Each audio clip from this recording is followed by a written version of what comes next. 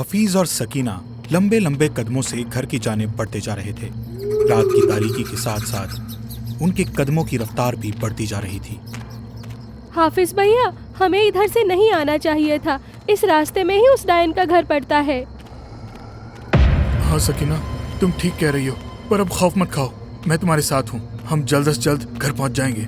वो दोनों आगे की जानिब बढ़ ही रहे होते हैं कि रास्ते में उस डायन का घर पड़ता है और वहां पहुंचते ही यकायक से तेज हवाएं चलने लगती है।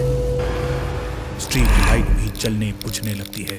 तभी सामने से आती है वो बड़े नाखूनों वाली डायन। इसके कबल सकीना और हफीज कुछ कह पाते, कुछ समझ पाते।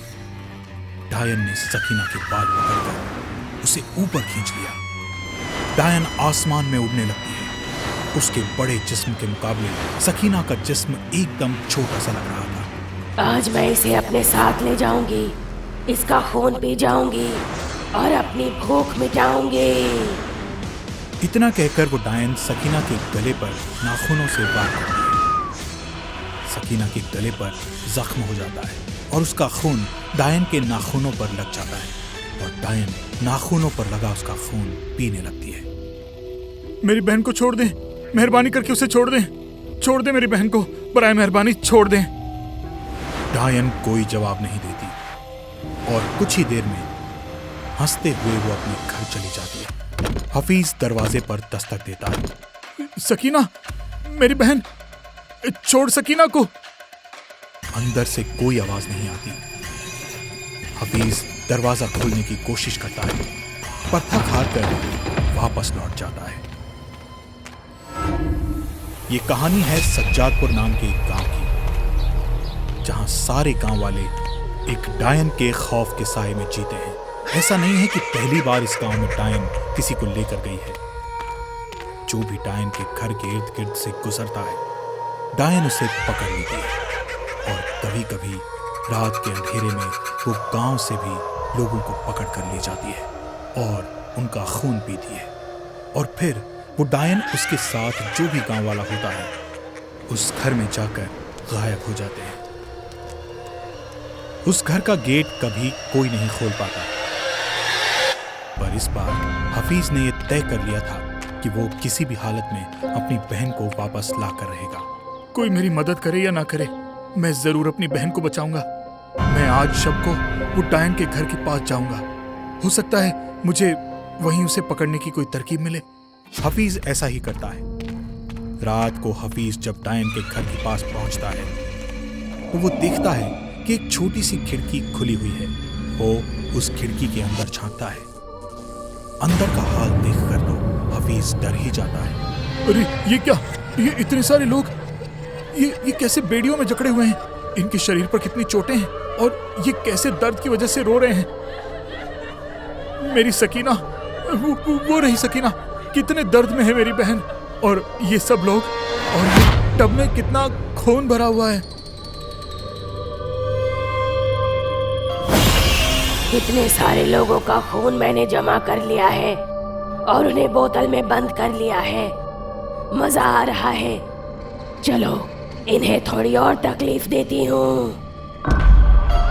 ऐसा कहकर डायन उन लोगों पर हमला करती है और वो सब दर्द से और चीखने और रोने लगते हैं। ये सब देखकर हफीज वहां से वापस आ जाता है।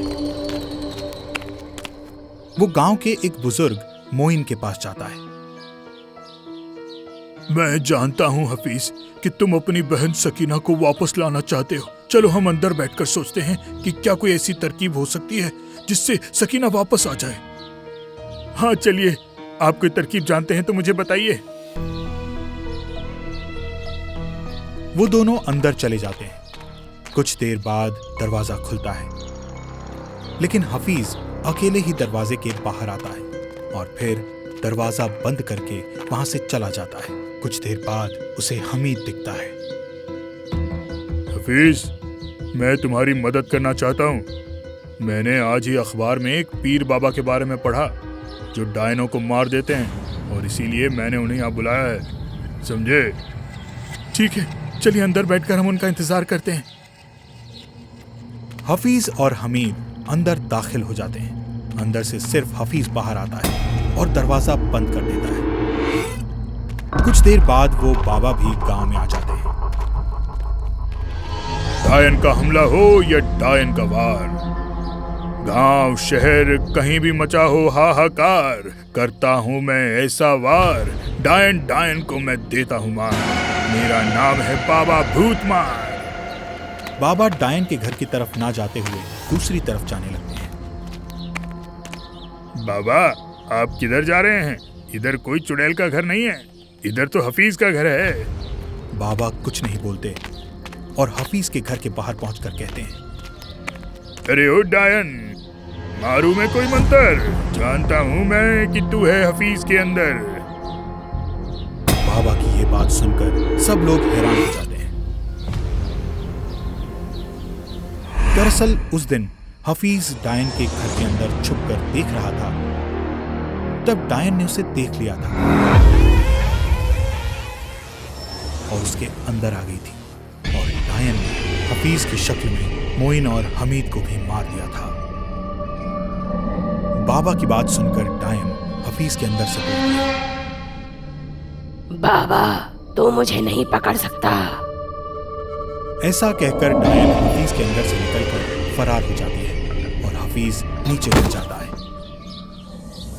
बाबा हफीज को पूरा मामला समझाते हैं और फिर वो दोनों और कुछ गांव वाले उस डायन के घर की जानिब जाते हैं। डायन बाहर आ, आज तू नहीं बचेगी, क्योंकि अब तुम मेरे हाथ आएगी और मारी जाएगी। डायन बाहर आती है और कहती है, अरे ओ बाबा, मैं यहीं थी और यहीं रहूंगी, तू मेरा कुछ भी नहीं कर पाएगा। मंत्र मेरा दिखाएगा असर, डायन की कुव्वत होगी बेअसर।